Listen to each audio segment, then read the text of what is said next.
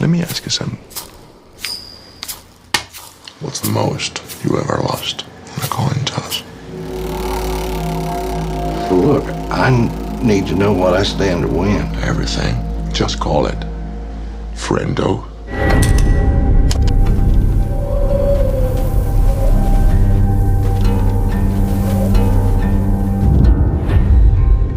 Willin, what's in the satchel? Full of money?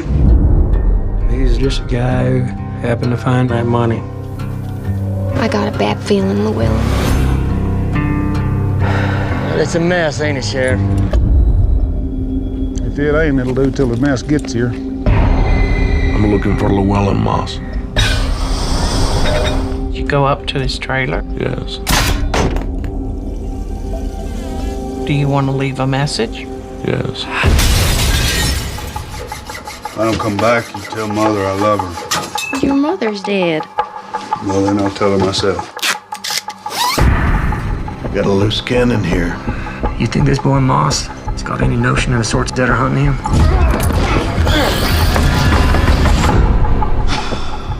I don't know, he ought to. He's seen the same things I've seen, and it certainly made an impression on me. Just how dangerous is he? Compared to what? The bubonic plague? The crime you see now, it's hard to even take its measure. It's just all-out war. You can't stop what's coming. Is this guy supposed to be the ultimate badass? You don't understand.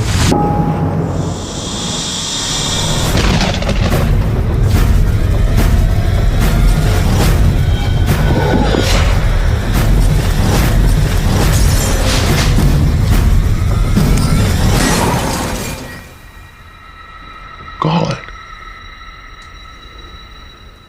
Call it.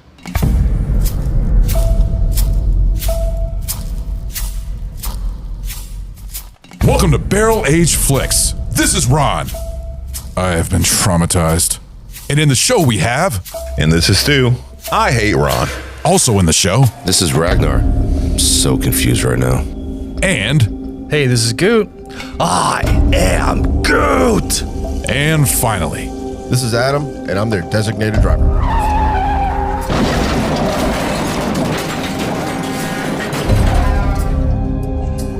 All right, guys. Welcome... No, it's not! Welcome to Barrel Age We started? Flicks. Yes, we have. When?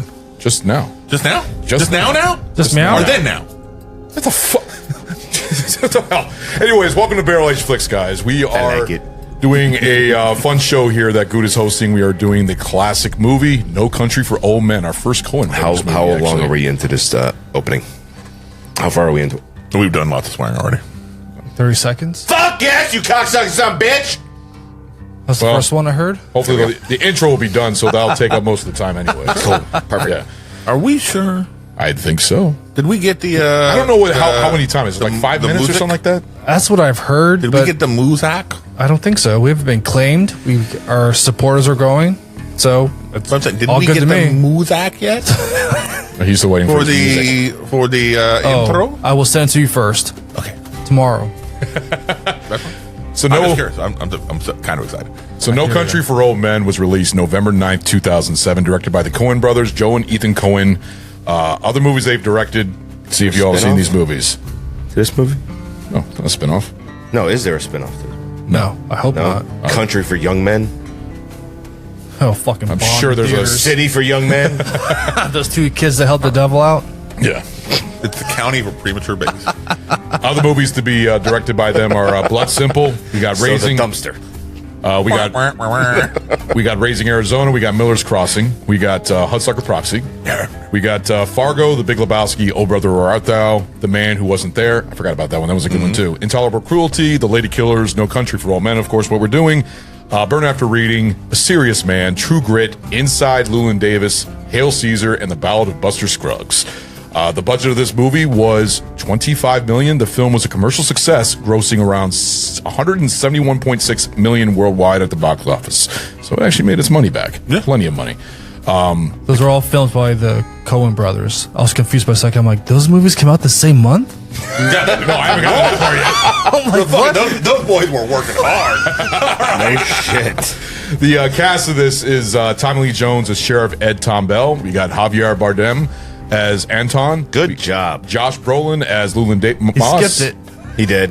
What's Anton's last name? Damn it. All right, so going back to the cast, we have Josh Brolin as Llewellyn Moss. We got Woody Harrelson as Carson Wells. Kelly McDonald as Carla Jean Moss. Garrett Dillahunt as Deputy Wendell. Tess Harper as Loretta Bell.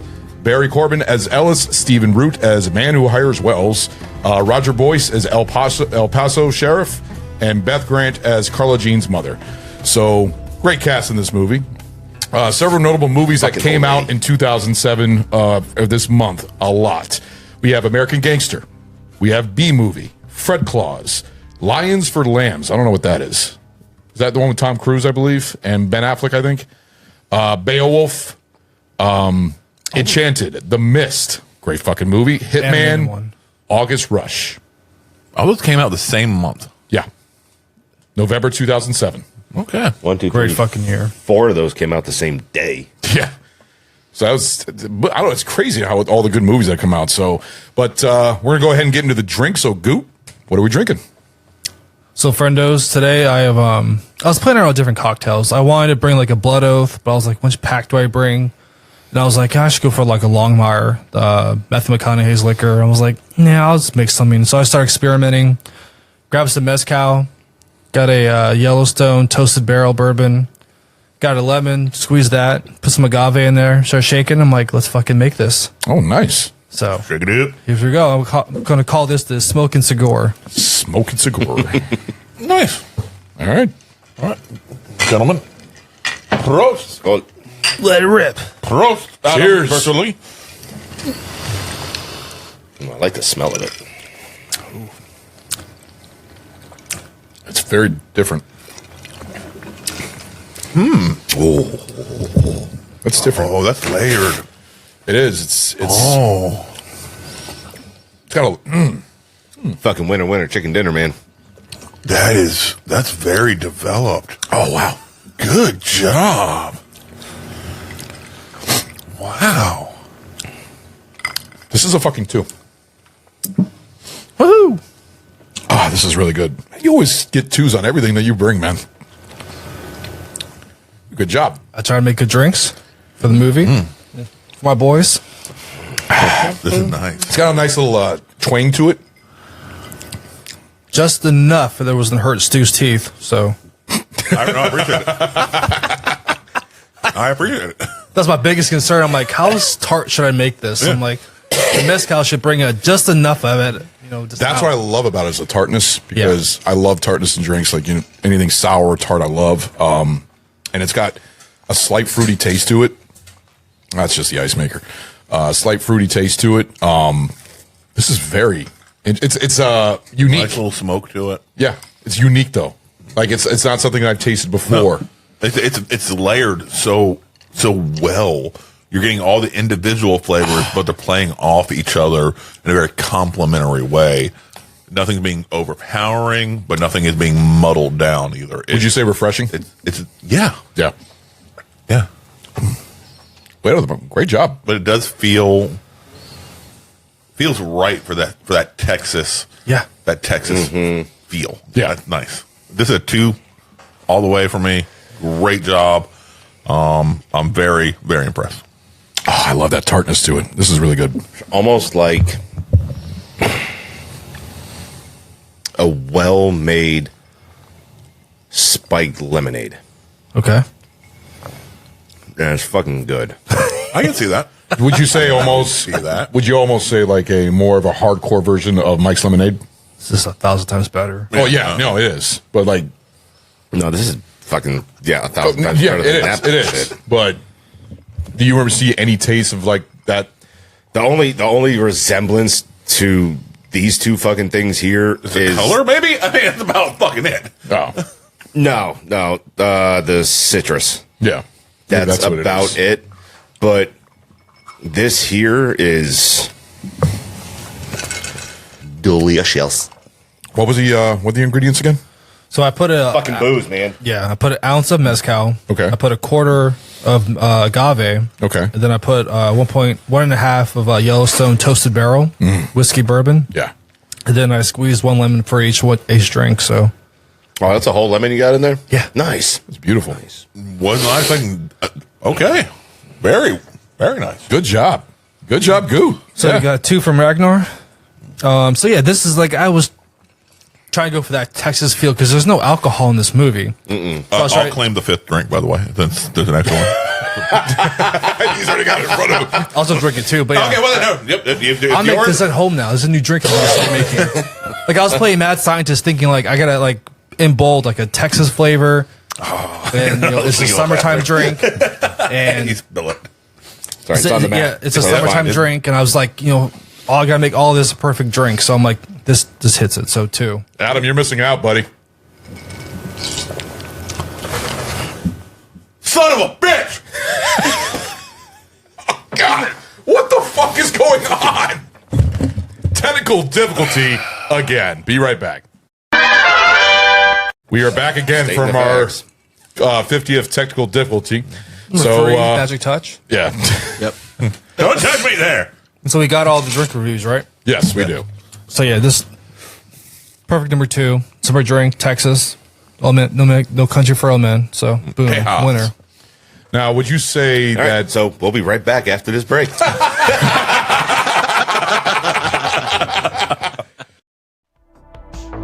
Hey there, it's the Barrel Age Chicks. I'm Sammy. I'm Snow. I'm Crystal, often called Moused, and I'm here too. And then we also have Yen and Harley, who sadly are not with us, but that's okay. We're here to talk to you about our podcast. Woo! Tune in because it's a lot of fun, and you get to hear the chick side of things. You're gonna BS about movies and drinking and life and momming, and we're Lots of good. laughing. Lots of laughing. I laugh, but it's great. Yes. We have finished our first season. And we're starting our second season. Woo! Good Lord.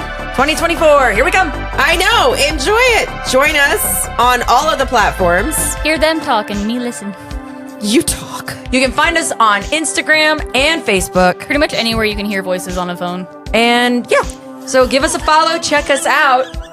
Watch us give Ron aneurysms. It's the best part. And thanks for listening. We will talk to you soon. Boom, all right, guys? we're back. Yeah, we're back with the show. He was going to fucking do it. Hello. No, I was just saying we're back with the show, and I was going to launch it onto him. Yeah. What the fuck, Stu? Nothing. You didn't get it. Yeah, All right. he did. All right, folks. So tonight we're stepping into the bleak world, brutal world of No Country for Old Men. Yes. The Coen Brothers masterpiece is like intense and unforgettable, set in the desolate landscape of West Texas. This is a modern Western that's a tense game of cat and mouse with Josh Brolin, Javier Bardem, and Tommy Lee Jones delivering powerhouse performances. It's a film of fate, violence, unstoppable force, and one man's deadly principles. So I want to do this segment, start that off, and introduce Gute's barrel-aged movie totals. So in this movie, we got 22 dead bodies, including shootings, stranglings, and a couple of unfortunate bystanders. We got 5 nail-biting shootouts with tension so thick and cut through with a knife. There's 4 brutal confrontations, each one leaving you on the edge of your seat. There's 3 anonymous coin tosses where your life lands on the flip. 2 shocking twists because the Coen Brothers love keeping you guessing. And 1 relentless hitman with a captive bolt pistol that's pretty much has the nail gun sound effects, a semi-automatic, sound suppressed Remington 1187 semi-automatic shotgun, and a pistol. And just one haunting, like, just clever ending to leave you with more questions than answers. Yeah. So yeah. So I like that. I think that's really. I like that. That's Good job. Came up with all that. That's really good. What's a twist? Good job. The 3 coin tosses was good. That's true. There was a lot of coin tosses in there. Just 3. But so yeah, so like it's funny, like, you know, doing the rituals for this movie, and like anytime you bring this movie up, what's the movie that comes with it? Anytime you bring this movie up, what? There will be blood. Yeah, you bring this movie up. What's the opposite? Like to anybody, they'll bring up what movie? There will be blood. There will be blood. Yeah. So, see, that's a question: is which one's better? Oh, that's what's coming up. That's my next question. Okay. Since this movie won Best Picture that year, what's I feel you guys, what movie do you prefer better? This No Country for Old Men or There Will Be Blood? There Will Be Blood. I'm sorry. There Will Be Blood is an ultimate favorite because it's Daniel Day-Lewis, and I really think it's got that Stanley Kubrick feel to it that I love. I really enjoy that movie. It's a good Western, so There Will Be Blood. I'm picking that one. I picked neither because I never saw the other one, so I can't give an honest.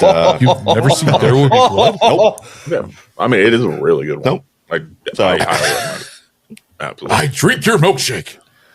Adam? It's close, but I go with No Country.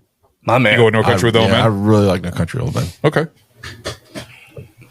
They're completely different feeling movies. They're both Westerns, though. They tell totally different types of stories. Honestly, it probably it's a coin flip for me. It's whatever, depending on the mood that I'm in. But if you had to pick scratch it. I mean, I honestly I can't pick one because they're so drastically different. The tone and the feeling that is portrayed in No Country, is its own character. The ambiance and stuff like that. It's its own palpable beast. Yeah. But the acting and the dialogue in Blood is insane. They're both masterpieces. They're both wonderful. So it really depends on what mood that I'm in will determine which one I like better. It's a literal coin flip for me. Does anybody have a coin? Nice hat. Does anybody have a coin? Flip it. You got to flip it on YouTube now. We gotta know. No coin. You know what? I did have one. Hold on. There you go. I'm not going to flip a coin in a case. I'll take it out. Why? Because it loses value. It doesn't have. It has no value. It has no value to you? I'm going to tell Chase that. You're going to break his heart. Way to fucking go. No, I don't think it's worthless to you. That's not what I said. Come on. I said it's got no. I'm not planning on no value. getting rid of it. That's what he said. You got a coin in your pocket? I do not. All right. Damn it. It is 2024. In my truck. Okay. I had a coin. I had one of those little coins. For fuck's sakes. Jesus Christ. You know, No, I now you got to flip. You got to flip a coin. He's going to get a coin app on his phone here. Is there really a yes, coin? there is. Yes, there is. 100%. Yeah. Ready? Flipping. All right. So heads will be No Country. Tails will be Blood. Okay. Tails. All right. All right. Now it is There Will Be Blood. That's 2 out of 3. Heads. Okay. Wait. Heads. Okay. So So it's 2 out of 3. Then there's No Country. There you go. There's No Country. Yeah, for me, it's hands down No Country for Old Men. Because I watch this movie every year for my birthday. Like, it's weirdly enough grounds me, gives me perspective for the forthcoming year. Just it's just so weird. It's just a meditation like fate, and just anything could fucking happen to you. Don't say cocaine. But yeah, when you say you watch this for your, don't steal cocaine. No, you can steal it, just don't get caught. Yeah. I mean, dude, look, all right, you steal that much fucking cocaine, you're evidently going to get caught. That's 100%. Just saying. what made you make this as a tradition for your birthday, though? Bullshit over there. I haven't gotten caught yet. Quiet. So that just brought me up in my half-assed internet trivia research. So the mariachi band that's singing to Josh Brolin, who's hurt on the He gives it the dirt. bloody 100. Yeah. The translation to what they're singing in Spanish is, you wanted to fly without wings. You wanted to touch the sky. You wanted too much from wealth. You wanted to play with fire. It's accurate for what he did. Yeah. Very good job by the directors to incorporate that. Yeah. First of all, that's that was good. the Coen Brothers are fucking geniuses Very when it good comes to job. their stuff. Their writing is amazing. They're just so. But I'm going to ask you this question: do you feel like this movie, even though it's a Coen Brothers movie, has a little bit of almost like a Kubrick feel, also with the quietness, the sound, where basically there's no music and it's just in in that field in the beginning. It's just pure like sound. You hear sound and little images, but no music. Do you feel very Kubrick style directing there with the Coen Brothers? I don't feel Kubrick style directing. Okay. I think that he did an amazing job. That was one thing that definitely stood out to me so much about this film was the quietness, the letting the environment speak for itself, not having music just for the sake of having fucking music. I think it just made everything exist, and it made everything feel so much more real and desperate. Yes. Without putting a gloss on it. The sound editing alone in this movie was fucking beautiful. Like just the sound of the the guns, the air gun they were using, and everything else. Just all the sounds in the desert. I fucking love the sound editing in this. Did this win? What other awards did this win for, Goop? So this won 4 awards at the Oscars. Best Supporting Actor was Javier Bardem. He was the first Spanish person to win an Oscar, and Best Director won Best Picture and Best Writing Adapted Screenplay. Okay. So the weird thing for the Best Actor went to Daniel Day-Lewis for There Will Be Blood.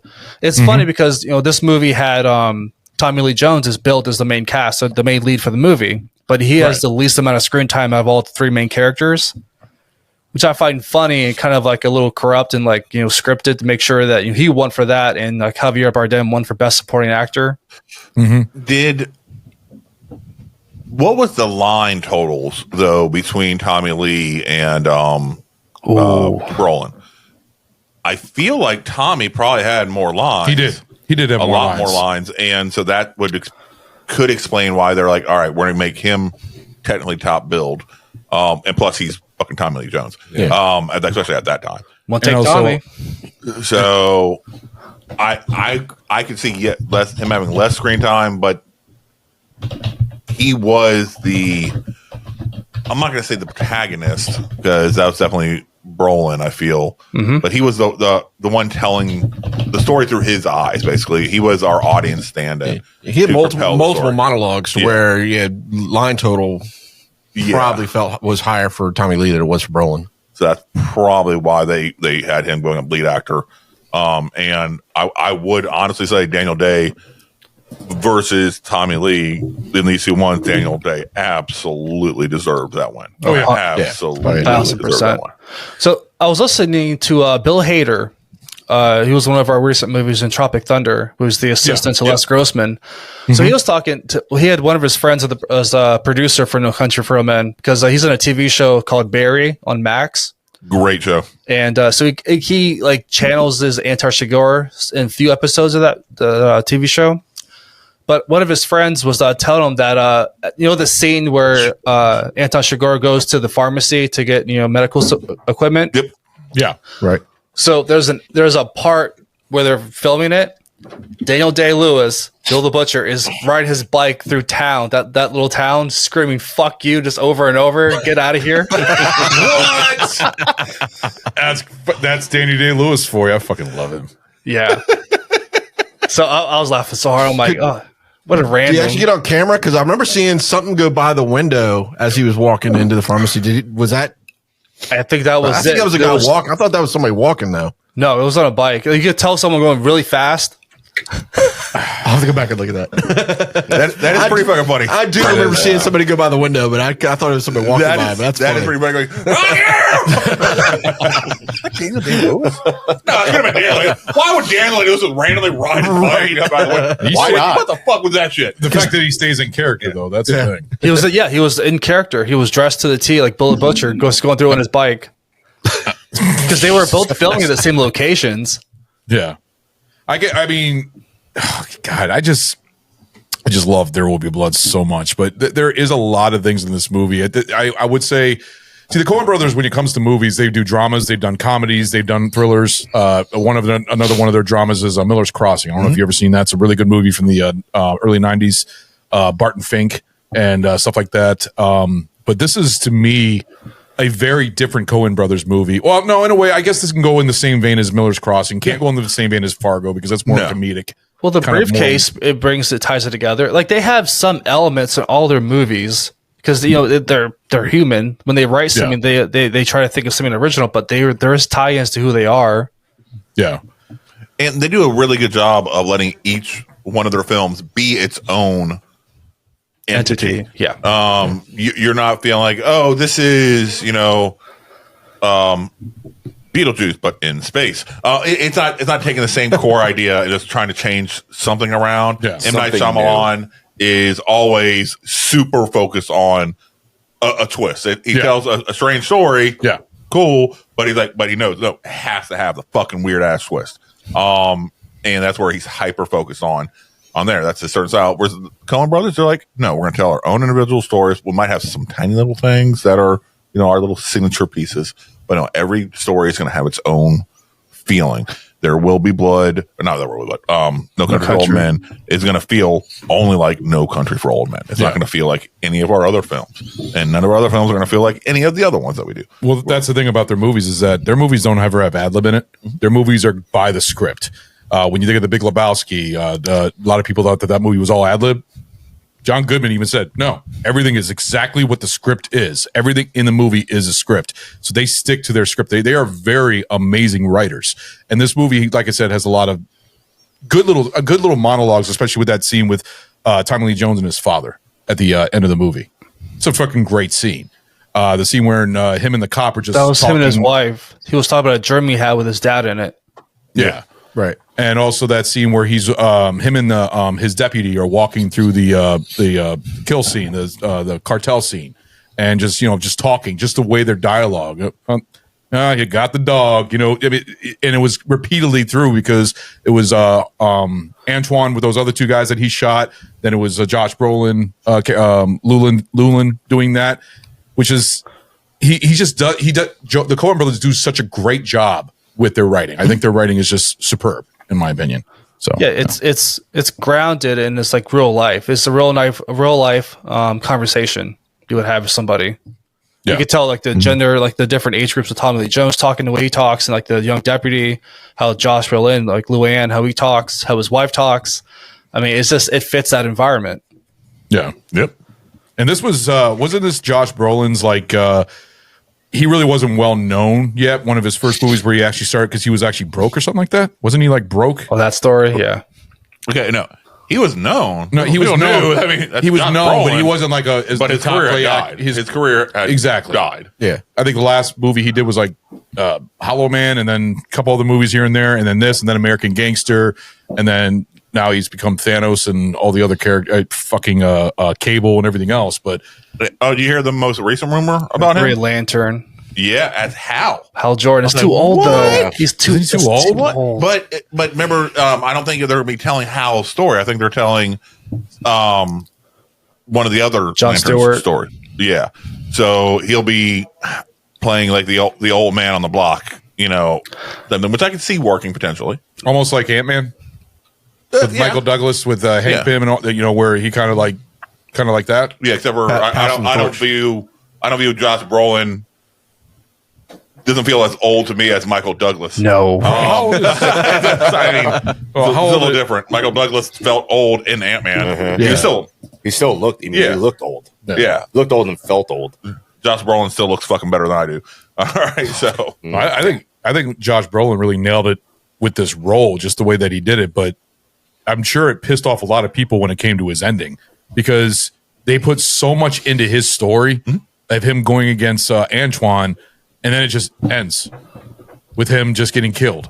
Like it's like what the fuck? Would you just like a happy ending for him? No, I mean that's a Coen Brothers. Sometimes they don't give happy endings. Like that's to real the point. Fucking life. True. I mean, what would you think, Goot? So Josh Brolin is 56 years old. So that kind of coincides with the book. So I didn't know this is based on a book. It is, yeah.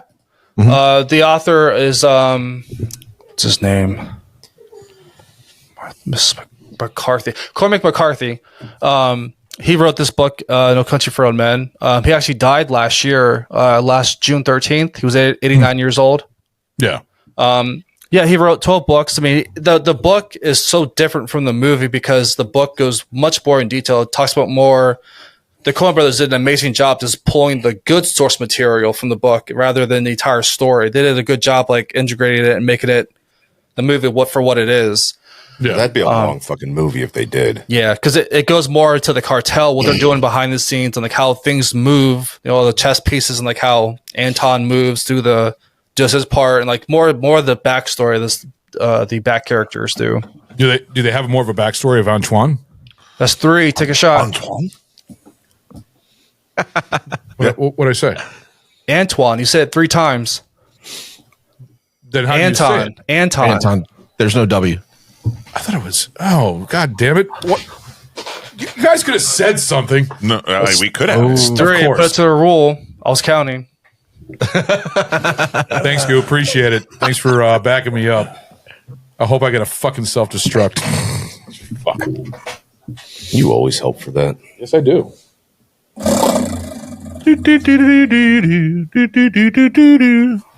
Barrel of punishment. Barrel of punishment? I believe so.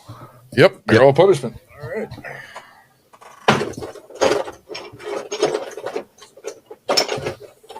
I won't play. Oh. Lord. Hey now. Well, there you go. Oh. Merry Christmas. Yeah. Oh, that's going to be Happy Halloween. Oh, yeah. Happy Halloween, you dirty animals. Yeah. So 5 takeaways from the novel. It goes more into the thematic exploration of fate and free will. It goes more into that duality of like how that is so powerful, written into the book and movie. Just the nature of evil with McCarthy exploring like Anton Chigurh, his character, his twisted moral code.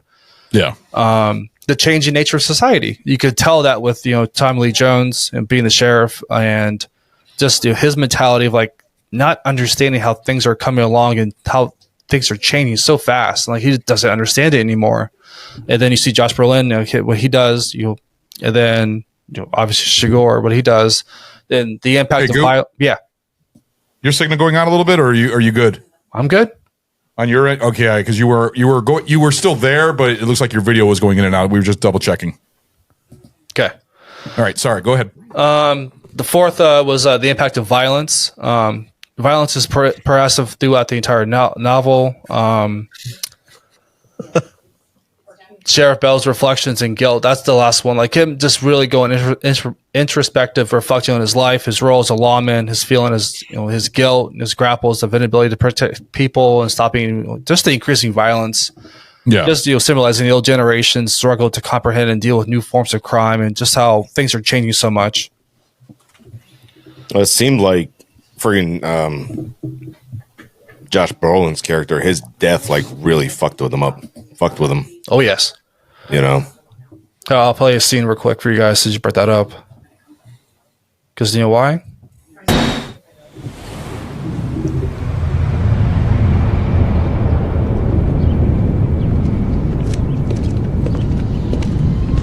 Hey, Mr. Sporting Goods. Hey, yourself. You sport. Yeah, it's me. I got beers in my room. Oh, well, I'm waiting on my wife. Oh, that's who you keep looking out the window for. Half. What else then? Just looking for what's coming. Yeah, but no one ever sees that.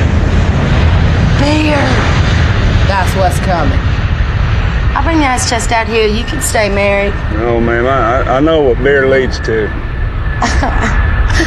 Bear leads to more bear.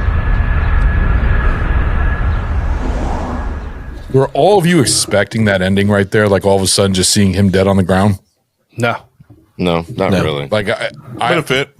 It wasn't felt surprised. Right. Yeah. It's not what I expected. Felt right. I'm like, yep, this is good. They're being honest to life. They're not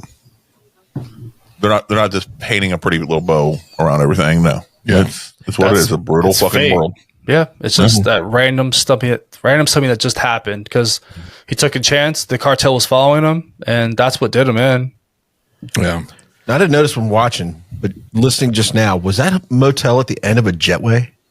I believe so. Runway? Yeah. Because It was near the airport. Yeah, I mean, you didn't visually, you didn't see that, but Hearing just it through hearing the it sound. just now, you hear every little detail of planes taking off and well, that's just like the one down in Richmond. Yeah, you got the hotels and shit right there. Right. So. Yeah, that's what we were talking about with the sound. The sound earlier, how well their sound is just not visually seeing it, but now hearing it, and you just hear every detail of planes and things like that taking off. Yeah. So you brought up before I went to the whole novel epilogue. You brought up Josh Brolin. So he was actually in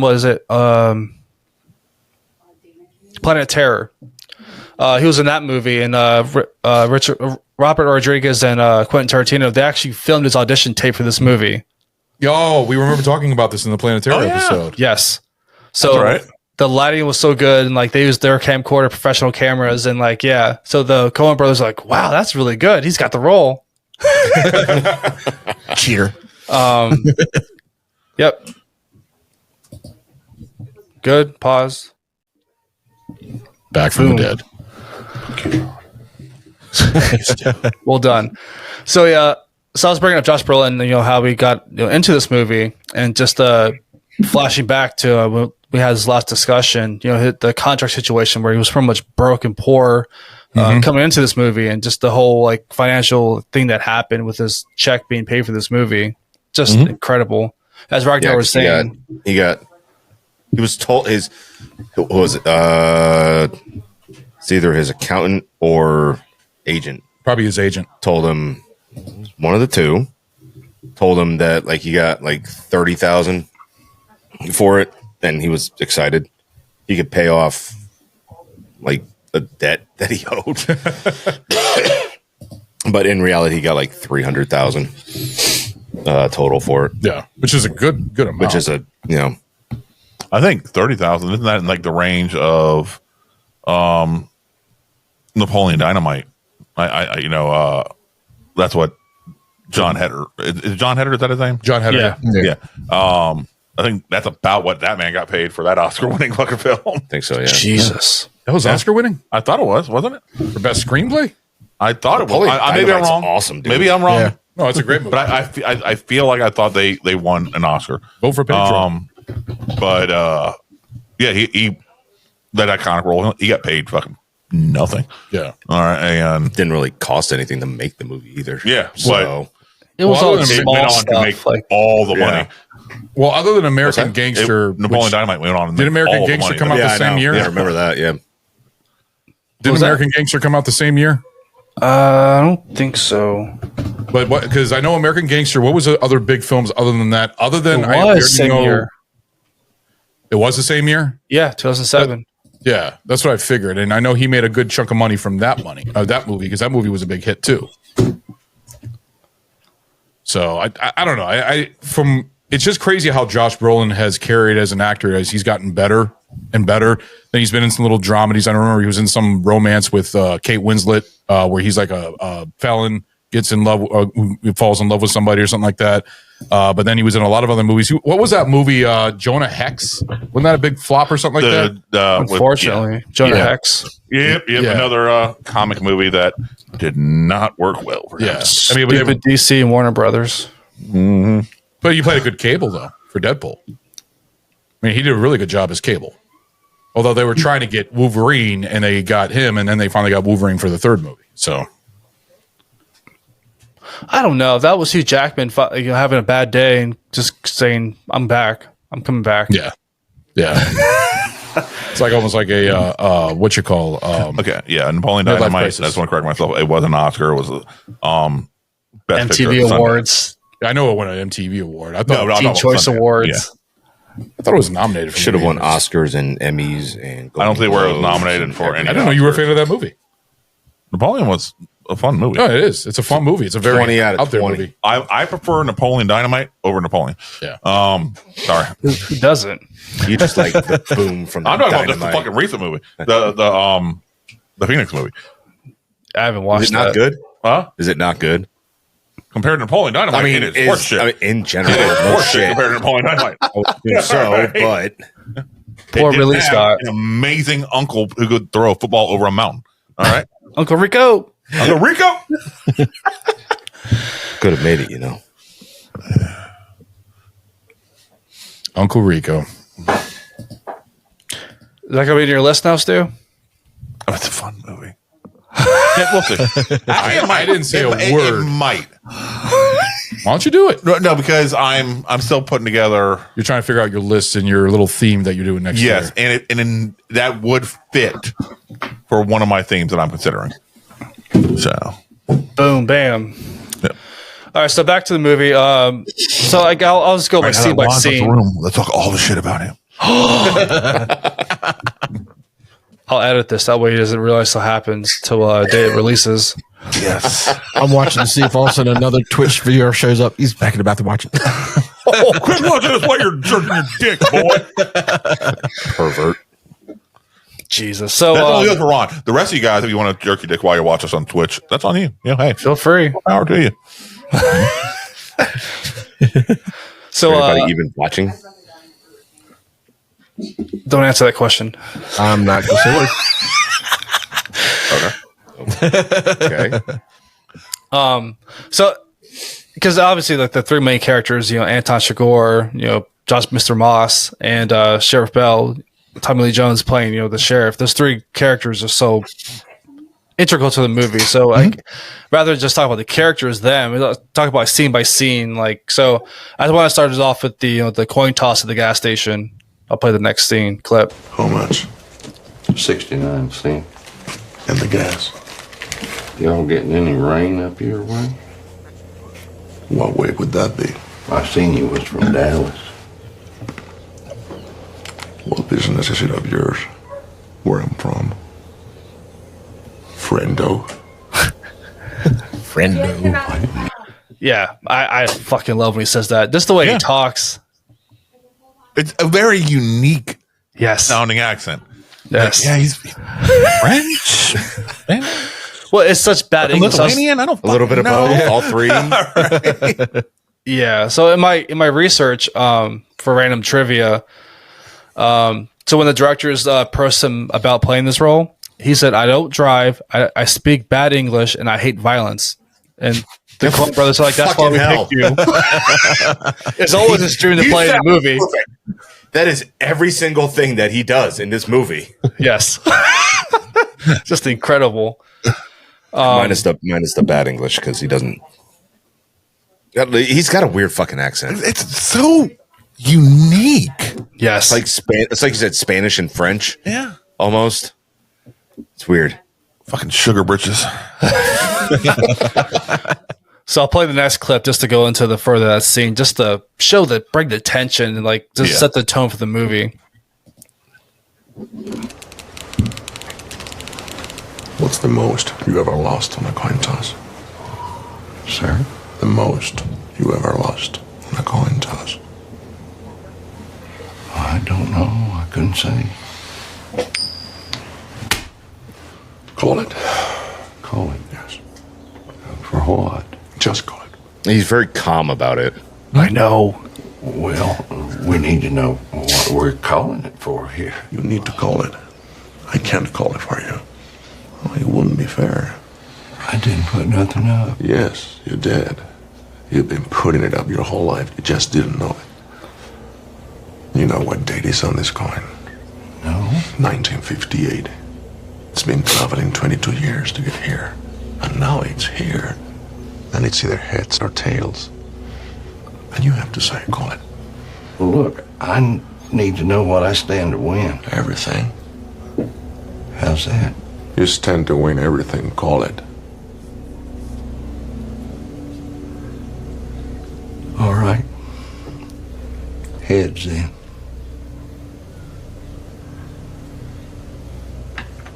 Well done. All right, bitch, I want everything. Where is my everything? Your life. This is my problem. Everything. Where you want me to put it? Anywhere not in your... Anton was all about fate. Mm-hmm. What he should have been doing, in all honesty, then,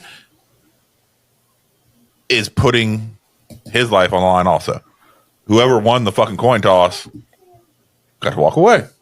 And then it would have made it impactful that Anton, if he had ever lost, he had never lost. Fate was always on his fucking side. Everything that he did until the fucking day he lost. And also, how insane would it be? He won at the very end, loses the coin toss, something like that. You won. Just fucking drops himself. And how confused would that fucking person have been? I can see him being a psychotic fate dealer. Uh-huh. He's the fate dealer, not his own fate, right? Everyone else's, but he has to play by fate's rules. So if if he's the dealer of fate, then for everyone else. So then that would mean that somebody else is his fate dealer. Okay. But the thing is the if boss, or he can just the people he works for, the people he works for. But if he doesn't, if nobody goes by, it's call it. He's kept saying call it, and if he doesn't do it, what happens? If nobody calls it, does he just kill him? I think he just sits there and just keeps yelling, "Call it! Call it!" Because he did at the end of the movie. It's at the end. Call it! Mom, mommy, call it! Fuck! Head, bitch! Yeah, but no, that exact situation happened at the end, though. She didn't call it. Yeah, and exactly. And you already know that the girl gets fucking killed. I mean, he kills her, but I mean, the fact is that it almost is kind of like a that OCD one for him. Maybe I disagree because he made a promise to Josh Brolin's character that he would kill her. That's so it was true. kind of already decided. He just gave her the illusion of chance. He's like, don't do it. Yeah. Yeah. No, that coin toss scene was pretty good. Now the question is, though, is if she did call it and won, would he have killed her? I think she was dead no matter what. Well, I mean, he did make that promise. No, because he did make the promise that he was going to kill her. But he's also honoring fate. He's also honoring he is honoring what that depends coin. on if his promise meant more to him than his respect to the randomness of fate. I think his word means more. I don't know. I think he's OCD about the whole ordeal. No, it's his twisted moral. It's his twisted morals. So it makes sense to him to why he's doing it to keep him going. Right. Oh, well, I don't know. To me, I think he would have followed the coin because he tends to feel that coin obsessed over it. Maybe he'll just like put her in shot on the knee. The decision the coin makes is more important than anything else. Yeah. Maybe just shot her in the knee. Just go ahead and say, Yeah. all right, a little wounding. All right, that's nice compromise. You may die for this. I will say you this. wouldn't take that to chance. Yeah. I will say this about Anton. I'm gonna shoot you in the arm. I'm gonna rub a little bit of poop in it. You may die of the infection. Fuck. Maybe it'll be fate's choice. But if you do die, then I deliver the death. So thereby, I honor my promise. Is he going to use his poop or her poop? His. Okay. Interesting. I think Anton. Shitty way to die. I think. What? Have in the bottle. Oh shit! Oh. Well, I'm trying to look like you were doing a phone. He wants the $7.99 bottle, dude. I think Anton, though, all together in this fucking movie is. I thought he stole the show, in my opinion. Josh Brolin was great. Tommy Lee Jones was great, but he was the best part of the movie. Whenever he was on the screen, I was happy. Just watching him, even the part when he's doing surgery on himself and getting him all, trying to heal himself up after he got shot by I guess that was a shotgun or a pellet gun or something like that. What was shotgun? Was it shotgun? He got yeah. Right in the leg, but fucking ate it. Yeah, and then also that fucking accident at the end of the movie when he breaks his arm and he's just pays the kid for the shirt and everything. Smart. He just stole the show. He was just so entertaining. His acting, I mean, he deserved that fucking Oscar. And then he came into it. Like, where did he come from before this movie? What other movies? Do you guys know him in any other movie before this? Before this, I was wondering if you knew that, Goot. We'll find out. Because I know many movies afterwards, because it got, Oscars always get you that type of site where they start to put you in a lot more high budget movies and stuff like that. But I don't know him in any other movies before that. I know, wasn't he also in that one with Lois and, no, not Lois. I Love Lucy. Jaman. I don't think that was an American film. The Sea Inside. I know he was in a film with Natalie Portman called about the Spanish Inquisition. I just don't remember what it was called. Collateral. Yeah, that's right. He was a Collateral. He was the mob boss. That's right. The one when Jamie Foxx goes and he was in there. It was very short. I completely forgot about that. You remember that one, Goop? No. Golden Balls. Have you ever seen Collateral? Yes, but it's been a while. Ghost. Yeah, he's in that one. Mondays in the Sun. Never heard of that. Golden Balls. Huevos de Oro. The Age of Lulu. These are all, I think, foreign Dance with language the films. Devil. He's in a lot of That's Spanish fine. films beforehand. Yeah. Between Your Legs. Said he's in Skyfall.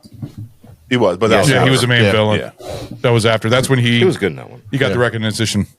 High Heels. Second Skin. He was in something called The Tit in the Moon.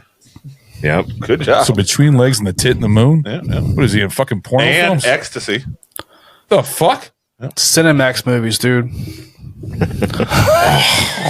Skinamax. Oh my god.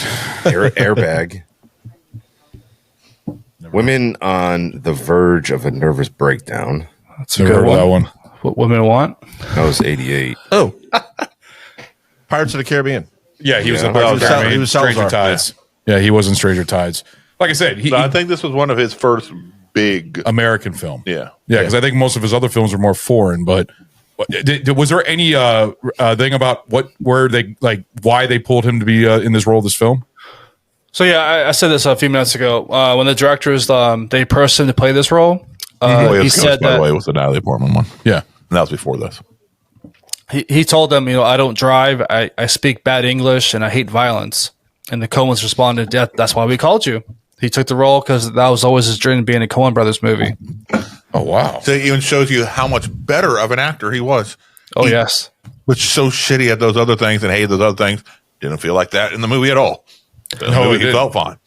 You, like I said, he stole the fucking show. He's like, I can drive and I can kill. I can't speak very well, but I can drive and I can kill. So 2 out of 3 ain't bad. When did HBO come out? What? The 80s? When did it? That's what I'm saying. He's married to Penelope Cruz. Whoa, really? Huh. Like, does he call her Penelope? Because I thought it came out like HBO came. This movie takes place in 1980, right? 1970. Because the coin. Yes, no, because 1980 because it was traveling 22 years of 58. Yeah, which would put it in 1980. 1980. Yeah, correct. Yeah, sorry, missed 10. Math. So HBO came out in 1980.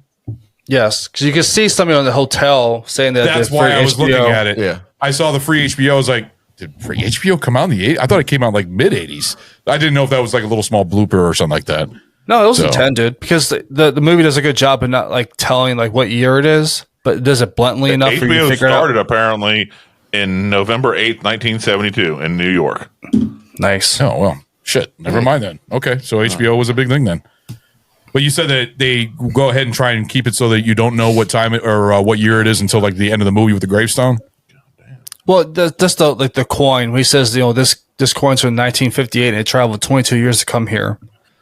That's what kind of gave it away. Yeah. Okay. Math. By the end of 77, HBO had 1 million subscribers. By when? By the end of 1977. Damn. Wow. HBO's still big. HBO is fucking whatever it is now. So, good. Who do you in this movie do you feel more connected to? Like, who's your favorite character? I was about to ask that question because like, so like I was gonna bring up like another picture, another like fun trivia fact. So the Coen Brothers used a photo from the brothel taken in 1979 of a model of Chigurh's hairstyle. And when Javier first saw the hairstyle, he was like, "Oh no, I'm not doing this. I won't get laid for the next 2 months." And the Coens just responded by giving each other a high five. They're so happy, like, "Yep." You weird looking motherfucker. I thought his hairstyle fit him. It fits. Weird. It fits like a the bowl time cut. period. That's It all fits him. It was an 80s bowl cut. It was With more than an bangs. 80s bowl cut.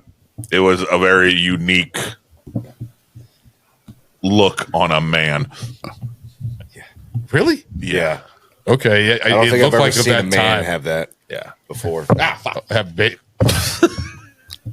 was almost like a bob. Almost. Yeah. It's not a bob. It was almost Yeah. like a fucking bob. It's fucking weird. It worked. It showed him as It definitely showed him as a fucking lunatic. Strange. A dude that I am crossing the fucking street if I see coming down. Yeah. exactly. So It's more. It's that one. There is more like maybe like a 70s.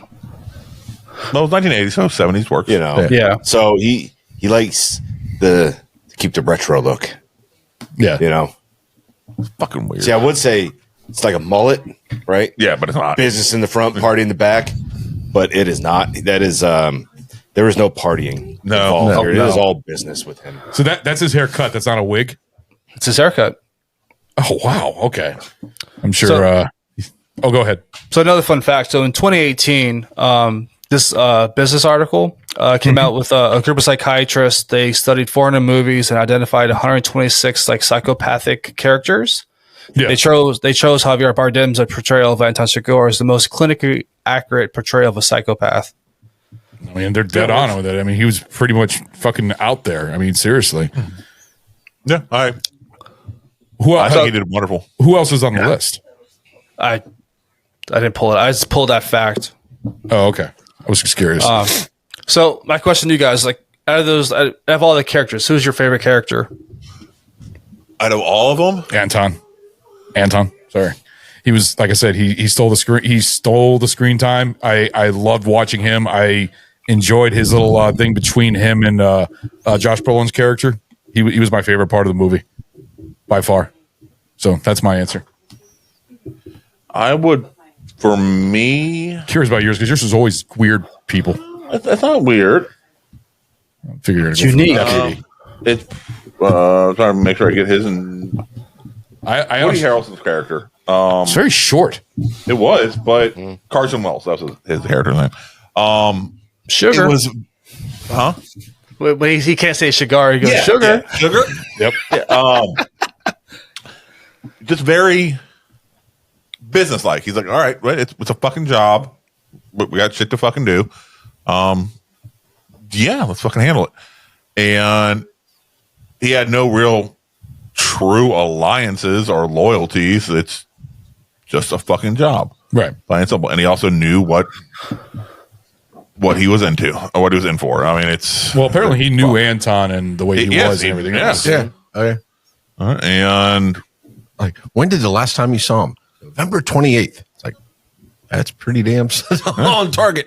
I mean, if I'm going to... Well, I think if you run into somebody like that... You run into a psycho, you know exactly what happened. Somebody that's somewhat related to your business, you're like, yeah, I don't want to be doing business against this man. No. No.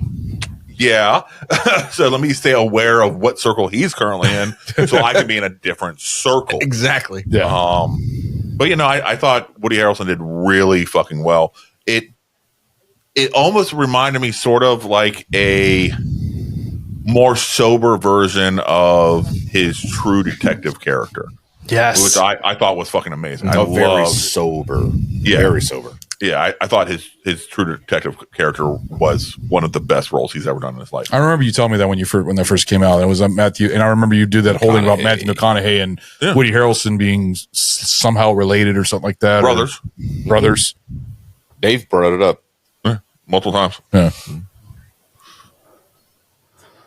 Dr. Adam, who's your favorite?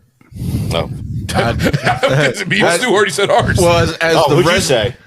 I said he said Anton right away. Oh, okay. Yeah. That was the first one. Yeah. Okay. Sugar. As the resident old fart here, I'd say Ed Tom. Okay. Which one's that, Tom? He's a sheriff. Oh, okay. Yeah, Tommy Lee Jones. Yeah. I feel more related. I feel like he's my spirit person. Yeah, exactly. Because we're old. Weird fucking name, though. I'm sorry. It was like Ed Tom. Ed Tom Bell. Well, it'd be better. Fucking name, Ed Tom Bell. Tom Ed or Ed Tom? Ed Tom. No. That's fucking wrong. Sheriff Bell. No, I'm sure it's probably Edward Bell Thomas, works. which makes sense. But why in the world would you just say? Or Ed just call him Ed? But no, it's Ed Tom. Yeah. It's like, okay. Fucking weird. But that's the Coen Brothers for you. Yeah.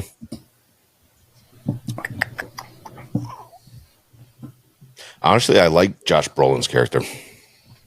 He was great. In this one. I think he played it very well. Pretty fucking believable. I'm really surprised that he survived that being chased by the vehicle, though. I figured that they would have shot him easy. But when he jumped in the water and everything else, and they were still shooting at him and they were still missing. The dog chasing him. They're not good shots. Yeah, that's what I'm saying. It's They're more of a spray and pray type. Yeah. Make an educated wish. But that was a determined dog. Following him down the river. They're trained like Jesus Christ. Yeah, they're trained like that. Well, that's a cartel dog. Yeah. Yeah, puppy. He wanted his fucking cocaine. Right? He needed his fix. Give him a little bit of the product, a little bit, and you know they're gonna fucking chase that shit down. Yeah. Like, give me more now. Cocaine pit. Yeah. Feel hard to focus. Yeah, but say in Berlin, like who here? I'm sure everyone here is taking a briefcase, right? Who here would not take the briefcase? I take the briefcase. 100%. But who's yours? 100%. Anton Chigurh. Like I love just the tension he brings and like just his twisted morals and like just the way he makes sense of the world to him. Yeah. And he's like the ultimate badass, you know, as Woody Harrelson says. And like he's just, I mean, people are so afraid of him. Like he's like the boogeyman. I mean, can you imagine like him as John Wick? Just a movie series just from him, That just killing would people. be an interesting version of John Wick. That would work though, like a Spanish John Wick. Would win. John Wick would absolutely win. We've already proven Anton. Against John Wick. Yeah, Anton is Mortal Kombat.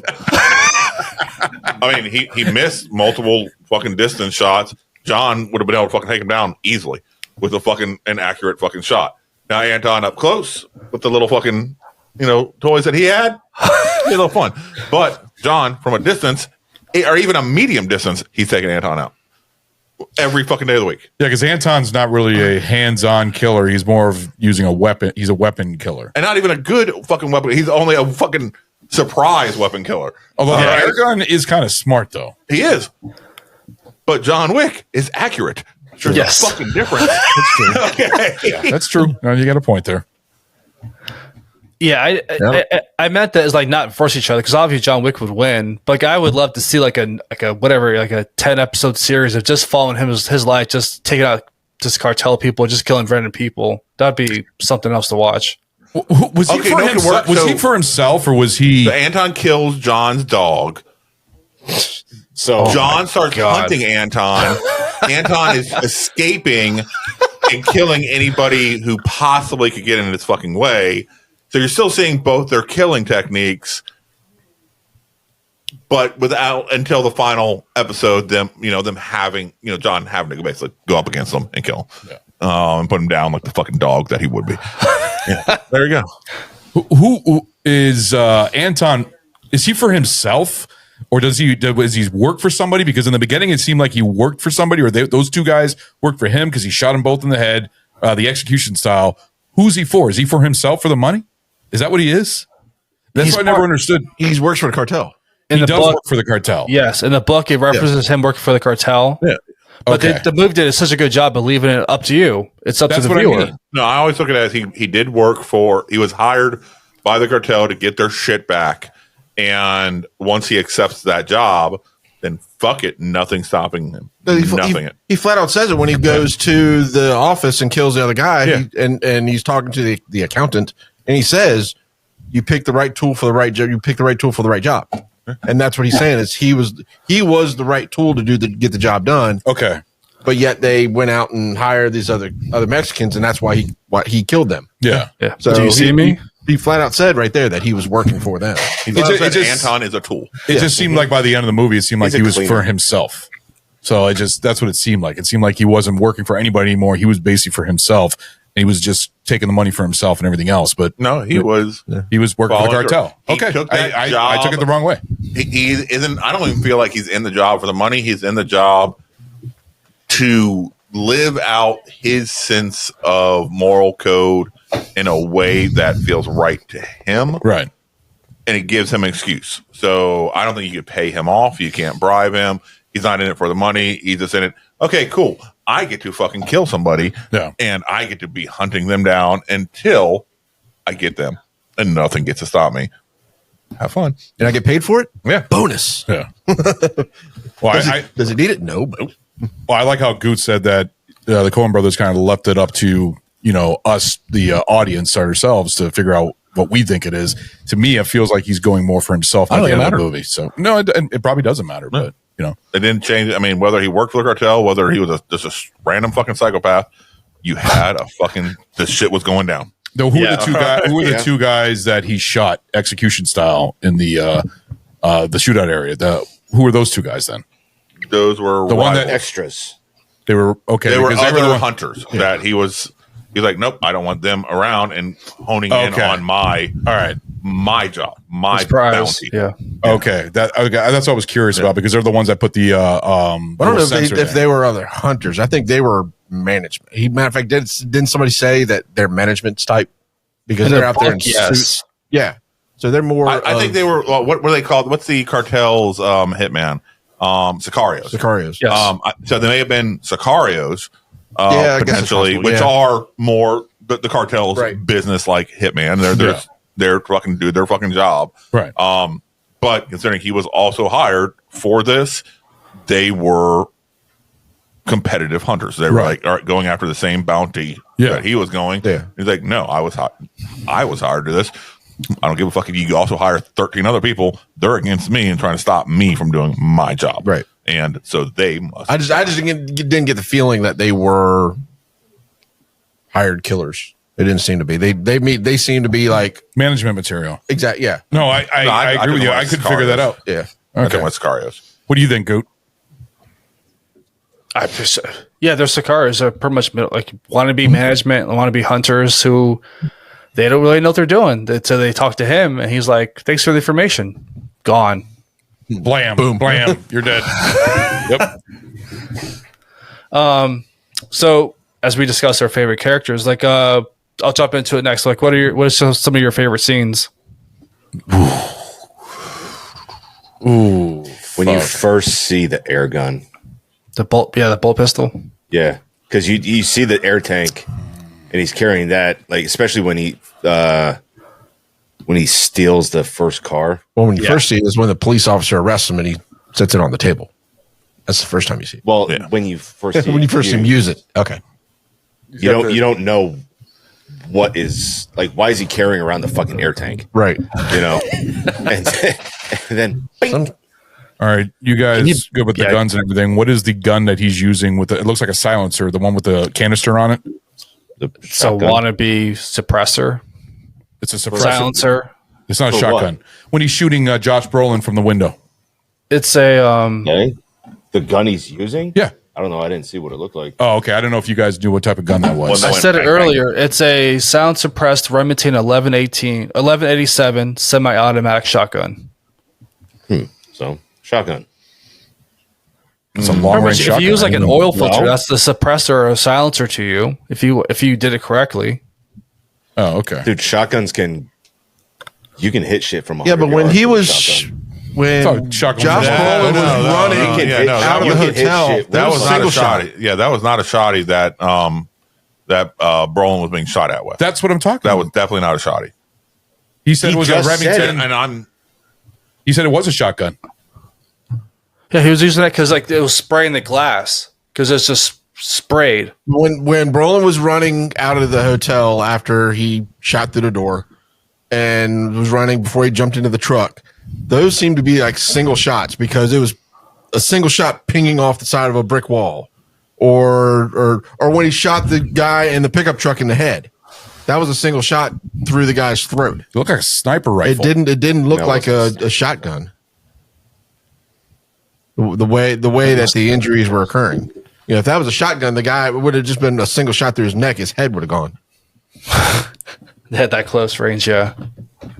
It was pretty far range because I remember you see that little shot up inside the when he's in the window. When he's in the window, looks around. Yeah, and it pings off the wall. It's like a single shot that just pings off the brick wall. That can't be a shotgun. I didn't know shotgun can do that. I thought that was more close range. I didn't know that. You can fucking knock down shit from 100 yards with a shotgun. See, I didn't know that, but but a shotgun does multiple shots. No, it doesn't. That's the round that you're using.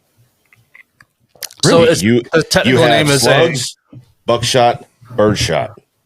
It's an Intratec Tech 9, so pretty much a pistol suppressed. That Tech 9, that's a automatic. Okay, yeah. It's an Eagle Pass. Yeah. All right. But you have slugs, buckshot, birdshot. Your buckshot, birdshot, especially your birdshot is spray. Yeah. Because you're shooting it up in the air to hit birds. Right. Your buckshot is pebbles. all right, that spray out. Yeah. But they're more close together. Okay. Your slugs are a slug. Okay. So who? He's. I'm looking at. Well, you're still looking at what gun it was? No, he's right. It's the 1187. Yeah. What's wrong? And what the canister is like a the suppressed. way it was acting. The way during- that the scenes were happening, it didn't seem like it was a shotgun projectile. It didn't seem like a slug, especially like again going back to the driver of the pickup truck when he jumped in the truck and was getting ready to take off, and the guy got shot through the neck. Mm-hmm. If that was any type of shotgun round, whether it was a slug or anything like that, it would have done more damage. But it looked like it was a rifle round. Right. Okay. Just the way that Depends on the gauge. injury happened. Well, I don't know what gauge is an 1187 though. 12. Is it 12?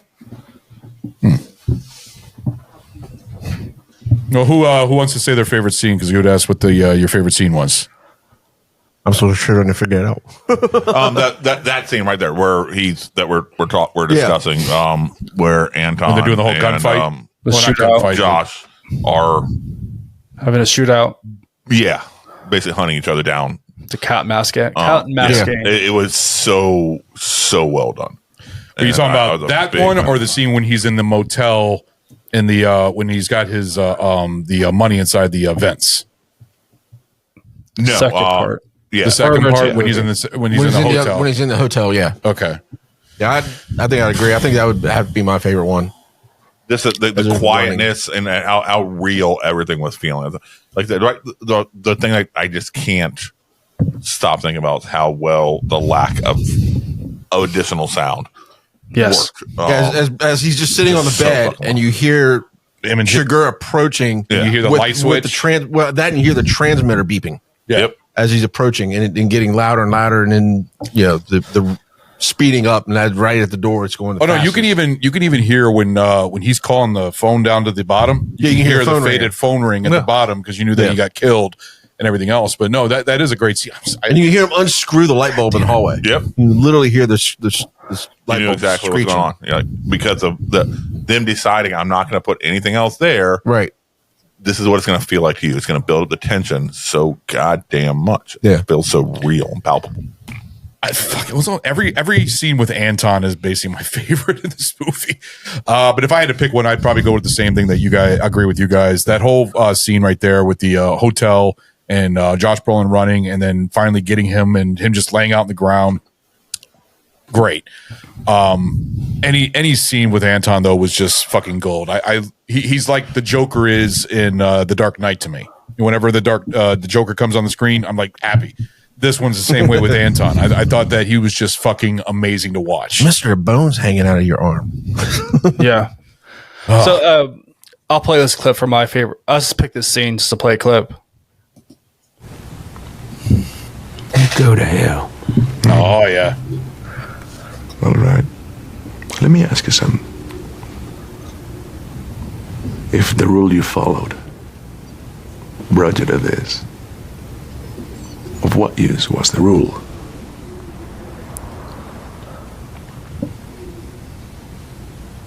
Do you have any idea how crazy you are? You mean the nature of this conversation? I mean the nature of you.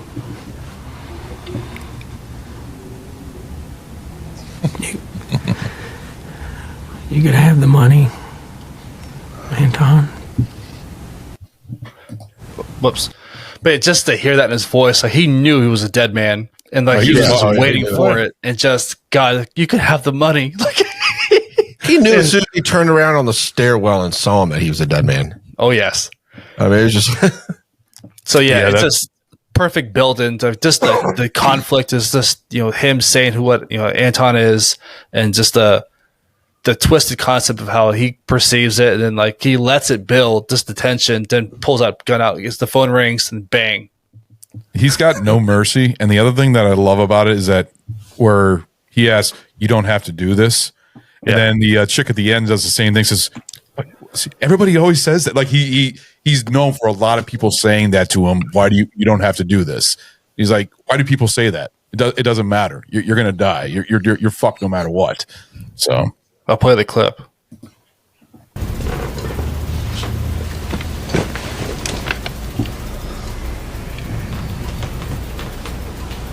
You got no cause to hurt me. No. But I gave my word. You gave your word? To your husband. That don't make sense. You gave your word to my husband to kill me? Your husband had the opportunity to save you. Instead, he used you to try to save himself.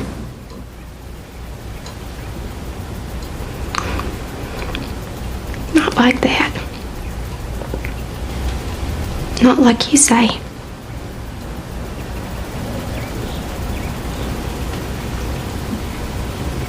You don't have to do this. People always say the same thing. Yep. What do they say? They say, you don't have to do this. You don't. Okay. But I want to. Yeah. Call it. This is the best I can do. Call it. I know you was crazy when I saw you sitting there. I knowed exactly what was in store for me. Call it. No. I ain't gonna call it. Fucking psycho. Call it. The Coen don't have no say. It's just you. I got here the same way the Coen did.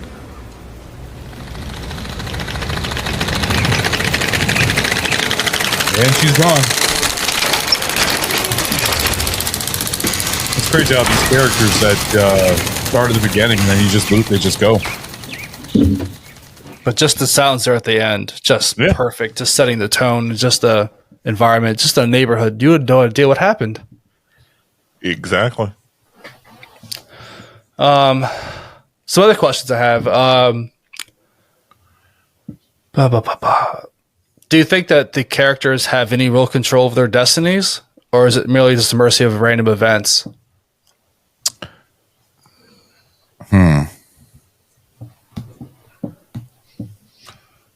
I'm going to say random events. Wrong place, wrong time, right? Wrong decision made. Yeah. Well, I agree with Stu. Well, but when you say wrong decision made, that means that there was a choice. They did have control. They just chose wrong. But it was the randomness of the effects that put them in that position in the first place. But there's still at some point a decision, which means control. If there's a decision, there's control.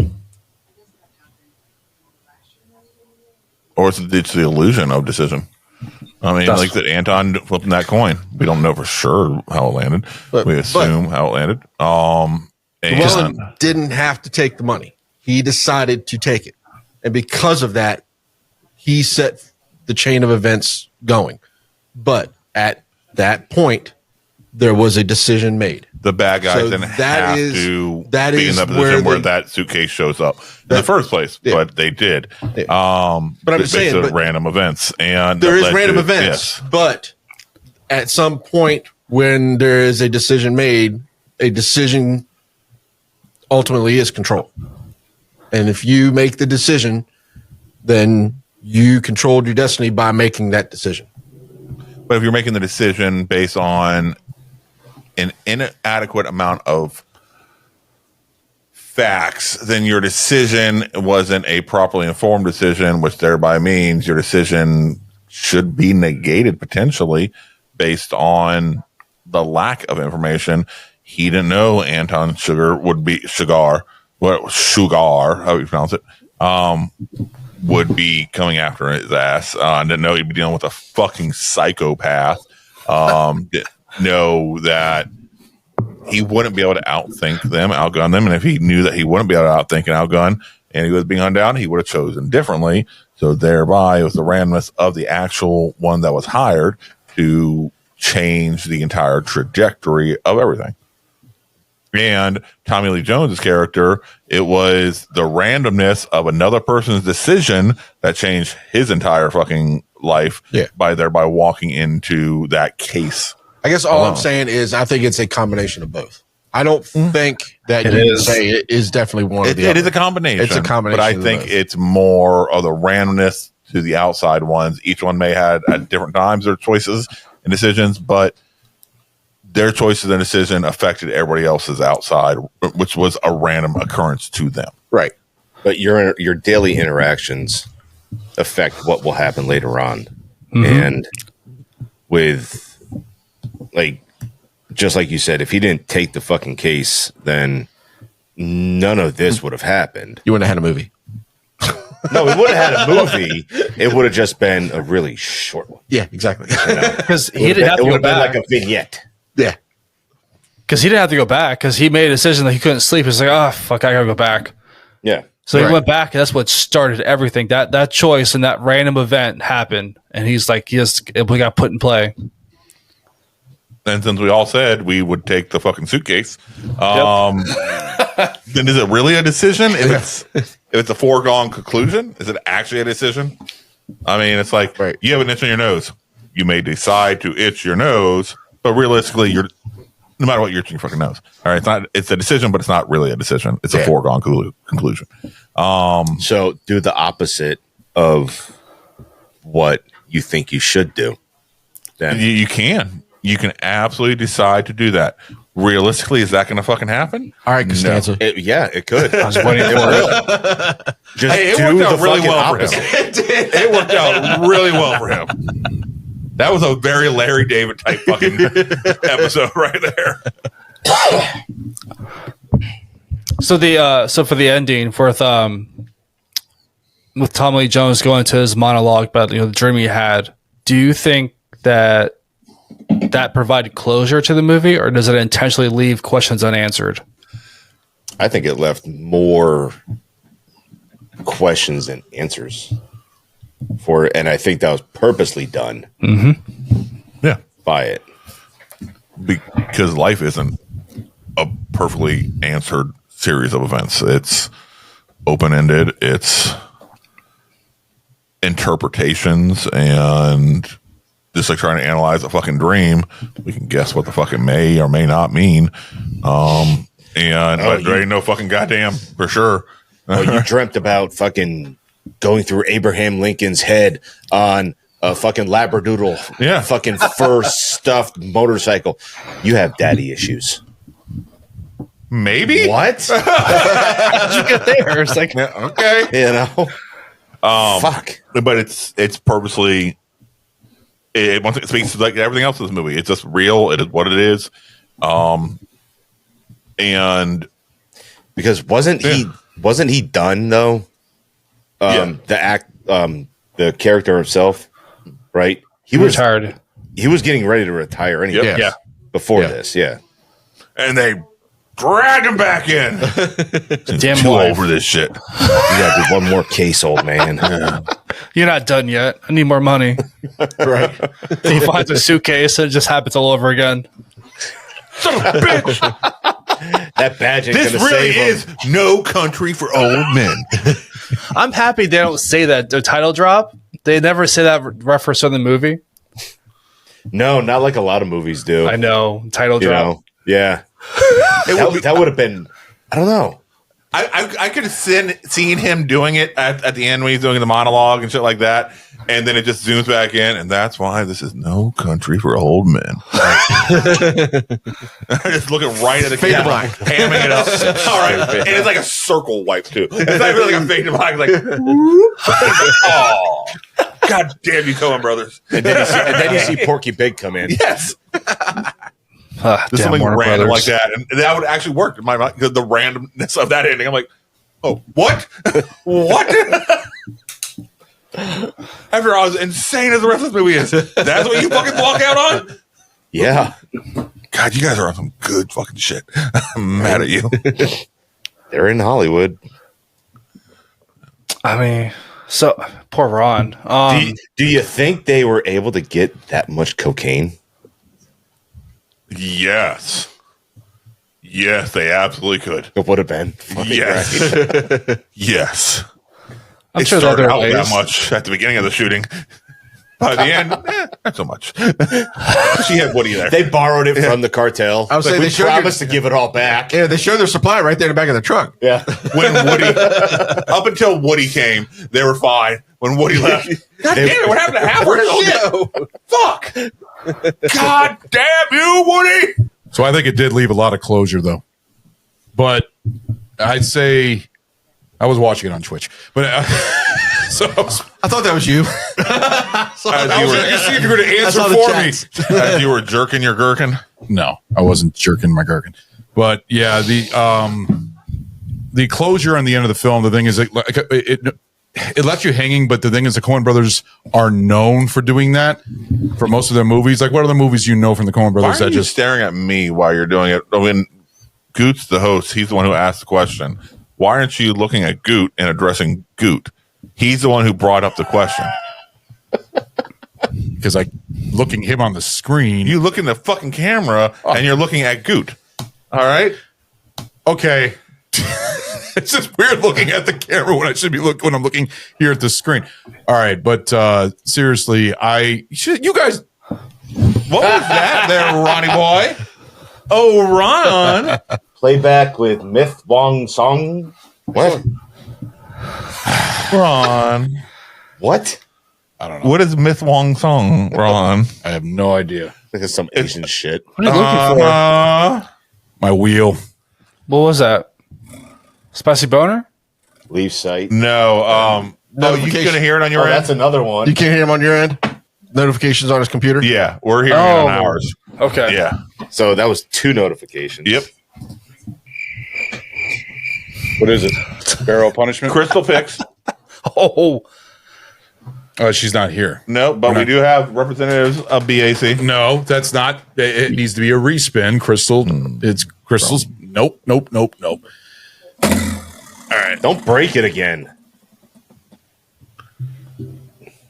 Malort shot. Malort shot. I already got to drink this bottle of Malort, so it looks like I'm going You to still haven't yet? Yeah, because I'm waiting because of my stomach. I was going to wait in the middle of the episode. What do you mean middle of the episode? It feels like we're getting closer to the end of the fucking episode, and you haven't yet touched your goddamn punishment shot? It's going to be a finale. So what I that's was your planning on something doing. yummy shot right there. That was your barrel of punishment shot. That was a barrel of punishment. So you have another barrel of punishment. Did I get another one? No. What is that? He landed on a Malort. Malort shot. Oh, okay. A Malort Malort. shot. Yeah. All right. So you have 2 Malorts. Okay. And then whatever your next. No, you got another spin. Yeah, it dinged It again dinged while twice. you were out. While you were fucking talking about it and doing it. Cock block. The cock shot. Yes. All right, Goot. As the host, you get to determine what the cock shot is, or you can hand it off to the capable ladies that are here. It is your choice. If you want to dictate to me, I can go ahead and make it. I would love to hand it off to the BAC girls. All right, awesome. Ladies. Where is the penile glass? Okay. Yes, you are welcome now on behalf of Goot to prepare Ron a cock shot. Hey, thank you, Goot. Woohoo!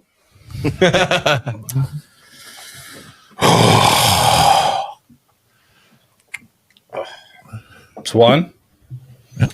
Wow. 2. That Malort was very pepperny. Okay, it's because you use it. There was a little residue. Yes. Yeah. Is that even a word? Pepperoni? I don't even know. That Malort was very peppercini.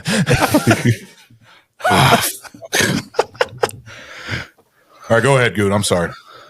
So that's pretty much it for me. We hit our favorite scenes, different characters. We can only beat this with a horse so much. Was there something else you guys wanted to bring up? Beat it with a horse. I've never heard that saying in my life. We're to beat it with a horse. Fuck. Stampede that motherfucker. Yeah, be pretty fucking strong. Dude. Yeah. I mean, that scares me more. Why am I walking down the street and I see some random dude picking up a horse and swinging it? Grab by the tail and just swing it away. Was it beating it with a horse or beating off a horse? Either way, I'm not fucking with that dude. Not fucking with that dude. Nope. What did you all think of the deputy? Oh, yeah, he was fun.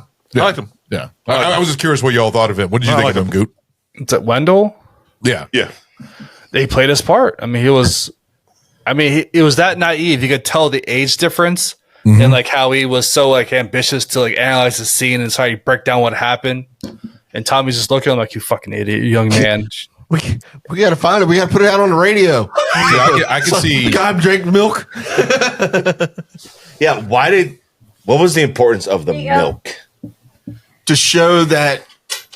I've always liked the guy who played the only thing I can think of is that to use it to show that he was just there of having a extremely cold drink and it was still condensating, which means it just came out of the refrigerator.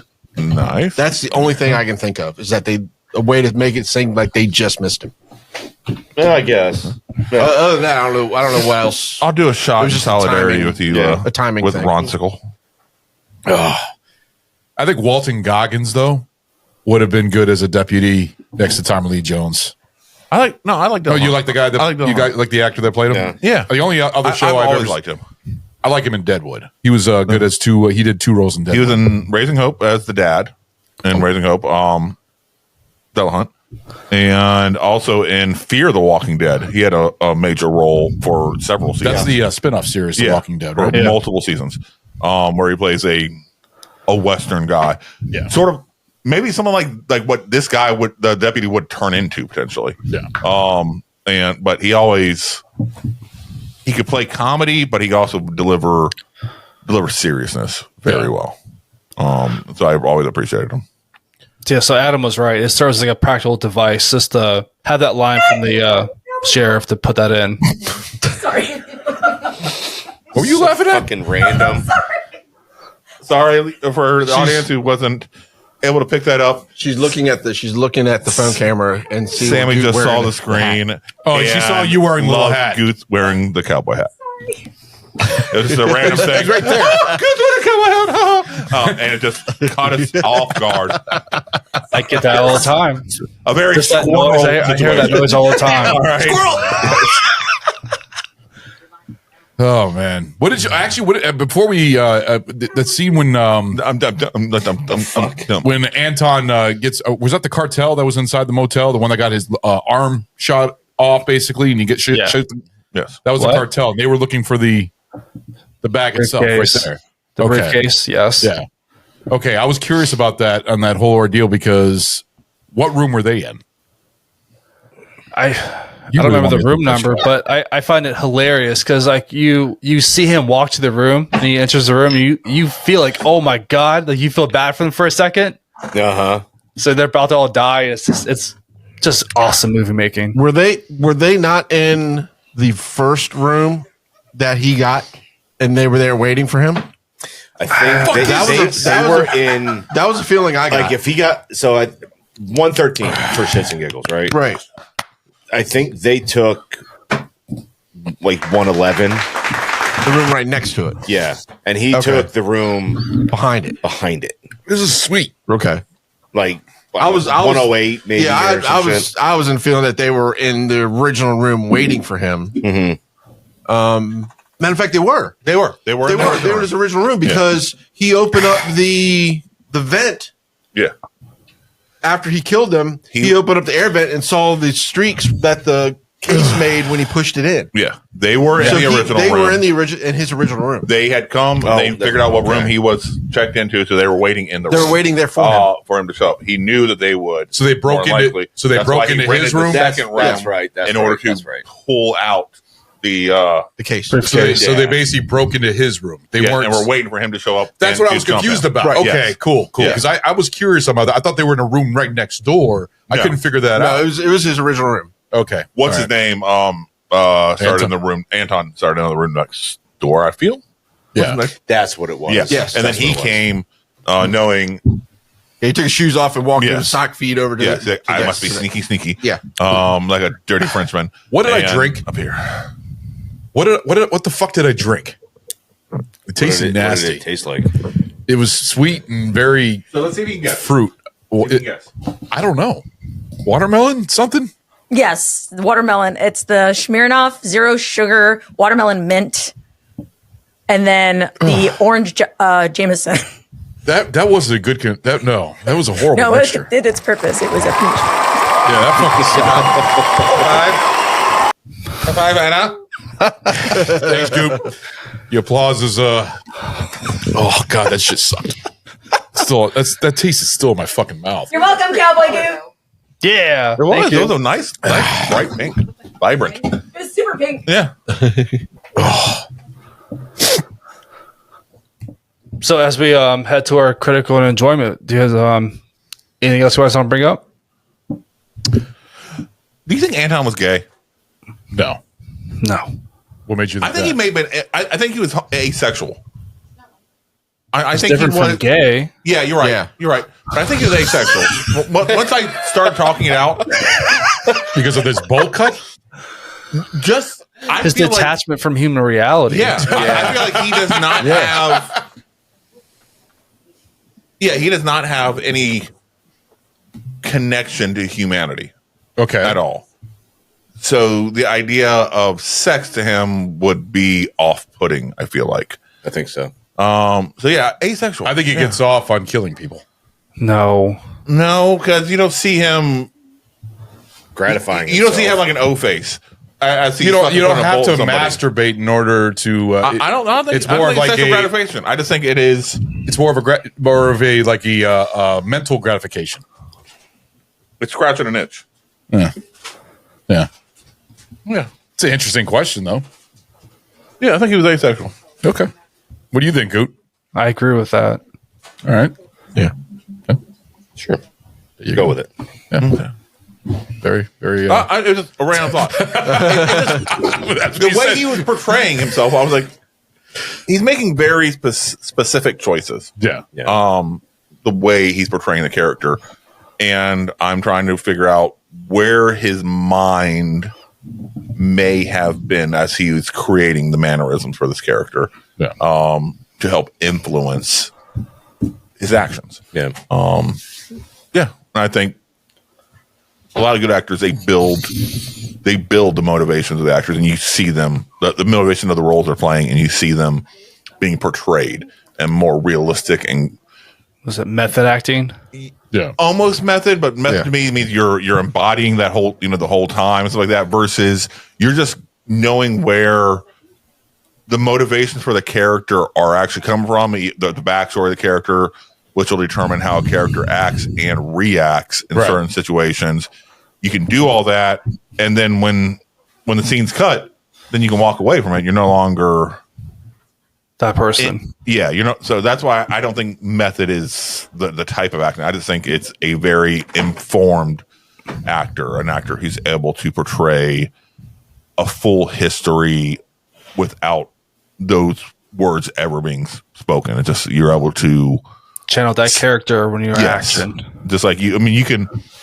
We all meet people and we're like, all right, I may not know this person's entire history or anything like that, but there's certain mannerisms, certain tics, certain phrasing and delivery, performance. Yeah, delivery. So you're like, all right, I can get certain characteristics from this person without them telling me. Right. Flat out these characteristics. Right. Yeah. But social cues, because he really doesn't have any. Like his face is so like No, grim very and like cut so and dry. serious. Yeah. Yeah. Which shows the detachment from humanity.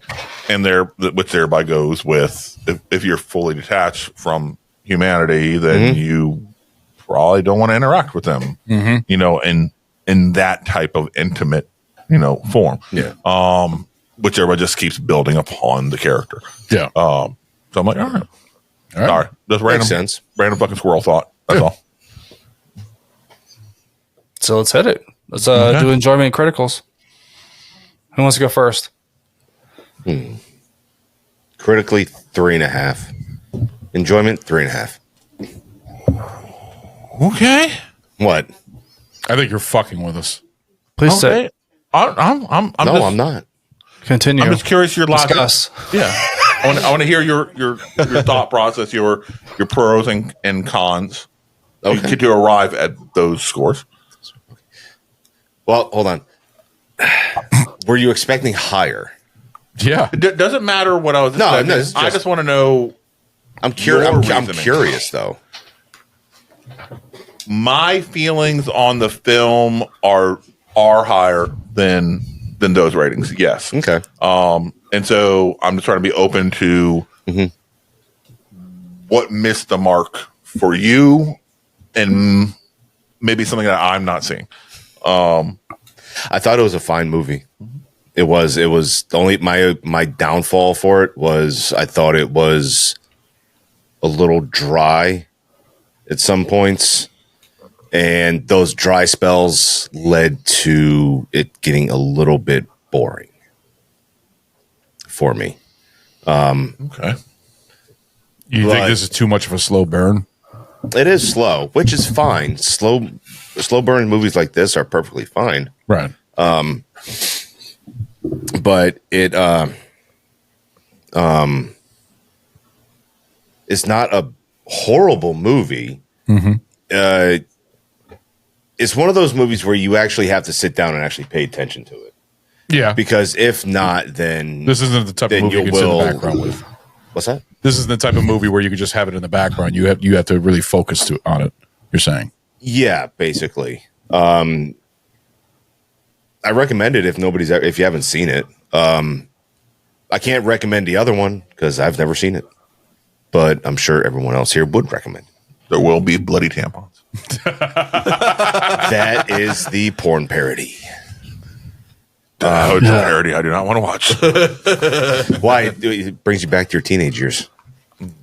Why does everything taste so coppery? Oh, God. So oily. Did you just get your... Oh, you did. Oh, man. Son of a bitch. I taste pennies. Well, there goes these shorts. We are so fucking immature for how old we are. It's never going to get any better. It's not getting any better. Just wait when we're fucking 60-year-olds. I remember when you said that you're going to be one of those old men on the porch just fucking giving the middle finger to Yeah, I'm looking forward to it. I'm going to love it. Yeah, because then it's a lot more acceptable. Yeah, you're allowed to do more fucked up shit the older you get. Mm-hmm. Yeah. No, enjoyment is a 3.5. Like I said, it's a fine movie. It is. It's just it's a little slower than what I like. Not a lot of rewatch value for this movie. I'll rewatch it. Okay, but it's not like I'll rewatch it a few months later. Yeah, in like a month or two. Right. If it's on, if I see it on, I'll watch it. So, but that's mine. What parts were boring to you or slow? Give me one example. Tommy Lee Jones. I was waiting for it. Yeah. You talking about the scene when he's talking to his dad? No, that's the ending, dude. It's certain. His end monologue was fine. Okay, but like his character, I see why they build him as top for it because he's Tommy Lee Jones. Mm-hmm. But like, if they wanted them to have more interaction in the film, I think they could have. But like the parts that had him in it were slow and they were a little fucking boring. Okay. Okay, thank you. That hurts a little bit, but I think Goote's kind of like you've hurt him. What the? You've hurt his soul. You know how many times Chase and other people have hurt your soul, though? I know. Yeah. How about you? What was that? I didn't say it. I said you stew. No, you definitely did not say. Now, did you hear a name? I heard a J sound before you broke out. No, I'm not even calling a spicy boner situation. I heard, how about you, Goot? As you looked at me. That's what I heard. Yes. That's not what I said. I never said it is. Goot. I heard Goot. I heard Goot. I need to go back to the fucking recording. Huh? I heard he Goot. said I'm like like a J. I heard, how about you, Goot? As you're looking right at me. Yeah, that's what I heard. Once again, what we just talked about earlier, you're answering Goot as you talk to me. Stew. I am not Goot's fucking analog. Or did you say All Stoot? right? I am not fucking puppet. How about you, Stoot? Stu. My astute observations. Apparently. Go ahead, Stu. That's if Goot would like me to go ahead, since it's his show, then I would go ahead, but it's up to Goot. Please continue. Okay, then, Goot. My opinion on this would be, but okay. It's not your place to fucking direct the show. I'm not directing the show. Yes, you are. Okay, fine. Enjoyment, I would probably give this a 4.5. 4.5. I can't give it a 5, partially because the unease and the tension that it instills in you, and it's hard for me to say I'm enjoying that level of unease it leaves you. But that's what it's supposed to be doing. That's what it's absolutely supposed to be doing. But it's I can't say it's something that I walk away like, man, I really enjoyed watching that. I'm like, man, it's something I come back, man, that was fucking heavy. That was fucking tense. That got my fucking the hairs that I had, the little bit of hairs that I have left fucking standing on end type situation. It just it provided a feeling. It delivered an emotional and I enjoyed that, yes. But critical, I would probably give it a 4 and 4.25. Tommy Lee Jones acting was good, but also kind of flat, especially for the main build actor. But that was the character that he was supposed to be portraying, but still doesn't mean I think it's amazing acting. Like I said, we have Daniel Day versus Tommy Lee. Daniel Day just fucking destroys it. That's a master's acting class right there. Tommy Lee did perfectly fine. It isn't amazing fucking acting. It's funny because he never acts with Josh Brolin's character or Anton's character at all. I thought the whole Josh's acting was a fuck ton better than Tommy's acting. Okay. And I think Javier's was also a fuck ton better than Tommy's. So I got to ding the acting a little bit because that's a main build character that I feel the acting wasn't delivering quite as well as it potentially could have. Some of the supporting characters were also flat feeling. Josh's wife is one. At times she did well, but also I know her character was supposed to be kind of beat down, and I'm sure that's where the acting choices were being portrayed from. But it was a very almost forgettable portrayal. So I got ding points there. I think I feel, as minor as it is, like Adam and I were discussing earlier, the shots from the shotgun acting more like rifle shots versus slug shots, especially from a 12 fucking gauge. It didn't feel as good to me, especially since they had a little bit of a distance to them for the potential accuracy. Carrying a slug like that, further you go, the wider your target zone becomes. This minor little things like that. So that's why I'll give it right for a critical. It's great, wonderful film. Absolutely suggest you guys see it. It's an amazing piece of work. Thank you, Stu. Not your favorite Coen Brothers movie, though. No. Okay. No. You're up next, Ron. Hit me. 4.5. This movie is. I find this movie very entertaining.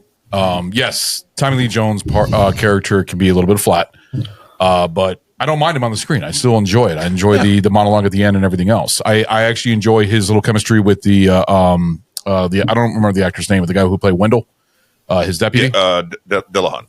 Yeah, I enjoyed him. I enjoyed both of them together, especially when they're inside the trailer and he, says, "Oh, we just missed him," and he grabs the milk and starts drinking himself when Anton was there.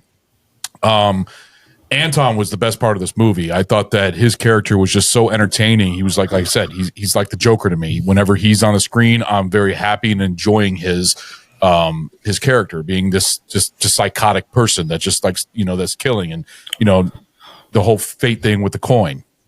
Josh Brolin, I thought did really good. I love how they did the whole thing with him, going to the stores, getting the tent poles. I mean, he was very smart for what he was doing. He was doing everything he can to, get the money and, go against his character. It was like, two people going against each other, especially that scene out in the street, when he's out of the hotel. Amazing scene. Tense, just great. Just seeing what the hell happens. I mean, he gets in the truck with this guy, and the guy just gets shot, and it was like, what the fuck? I mean, it's like what the fuck moment right there.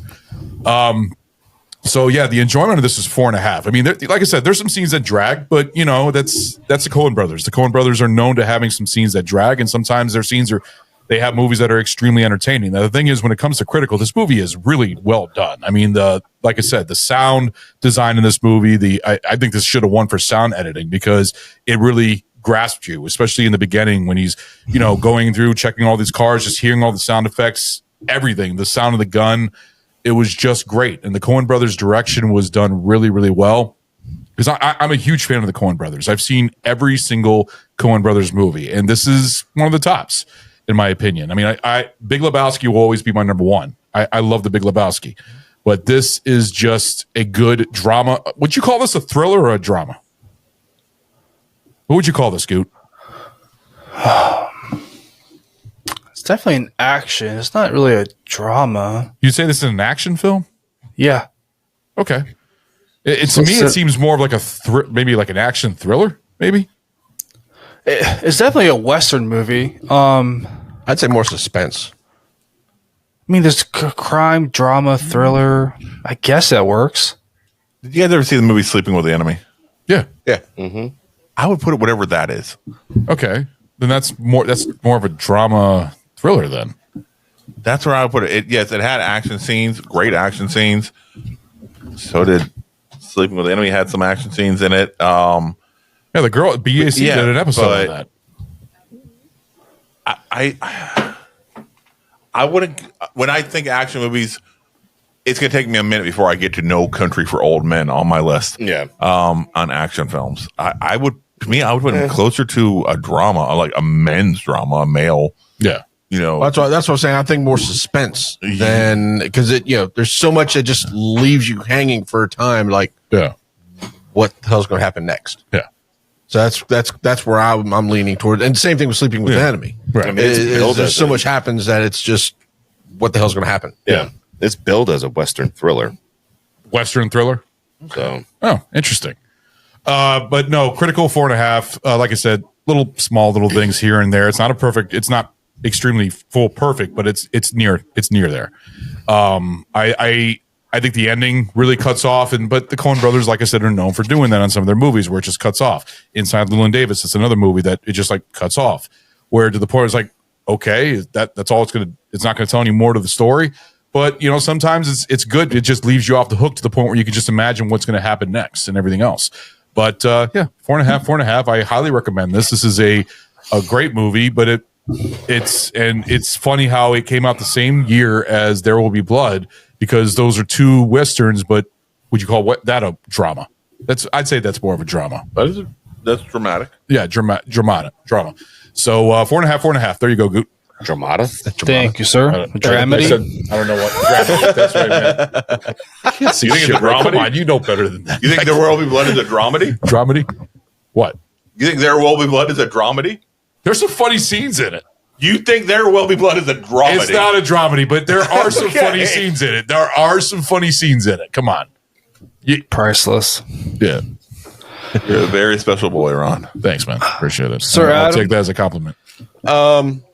Critical. I'm going to agree with everybody. 4.5. There's not a lot that can be changed with this movie. Enjoyment, I'm going to say 4. Kind of the same reason that kind of Ragnar was saying. There were times that it just seemed like it was a little slower than it had to be. Can I pick the times out? No, but it's just one of those times where you're sitting there and it's just like, and you're waiting. Yeah. And they're just, you could probably cut 10, 15, 20 seconds out of 8 or 10 different places and it would make it feel just a little bit more compact, a little bit. It would make it feel more compact, Yeah, but I think but that it's just- extra time is building up the I'm not saying tension do it all building. of it, Yeah. but there are times where it goes. For me, it felt like it was beyond tension. Yeah, it was just like, okay, what's going to happen? But other than that, I would highly recommend the movie. I did enjoy it, but I guess you say it's just not one of my favorites. But it's nowhere near a bad movie. Okay. I would definitely recommend anybody that has not seen it to see it. Because it is a, I hate to say it's a fun watch because it is a fun watch. But it is a fun watch. It is a fun watch. watch. It's a heavy watch. Yeah, it is a heavy watch. Yes. But no, it's 4.5 and 4. Nice. Thank you, sir. Oop, finish this off. All right, boys. Yeah, so as we finish wrap this up off, this, Gute. yeah, yes, Gaffer. So as we wrap this up, I just for me, it's from the moment it begins, it pulls you into just this world, just of relentless suspense and unforgettable characters. They crafted a cinematic experience that is just. The experience just keeps you riveted. It's balancing moments, the stark silence with the sudden burst of intensity. That just the intensity is just intention is just priceless, and just amazing. Whether it's the tense cat and mouse game between Moss and Chigurh, or Sheriff Bell's like his reflective monologues. Every scene he does holds you captive. The cinematography is beautiful. The razor sharp dialogue is just on point. It makes everything feel so real. This just stands tall as a critical masterpiece to me. It's a meditation on fate, morality, and the passage of time. You have Chigurh's twisted adherence to fate. Like he pretty much decides like what makes sense to him to what fate is. You have Sheriff Bell's quiet resignation to a world he no longer understands or provide layers to it, just to make it doesn't make sense anymore. And that's why I think like his part of the movie is the third trifecta is a perfect balance to it. The movie's perfect storytelling. There's no easy answers or neat conclusions challenging us to confront just the truths about life, justice, or chance. It's just anything could happen. And just the decision to forego any like musical score heightens the tension, just making everything just more terrifying, more natural. But pretty much in the end, this is a 5 out of 5 for me. Oh, I kind of figured that. Yeah.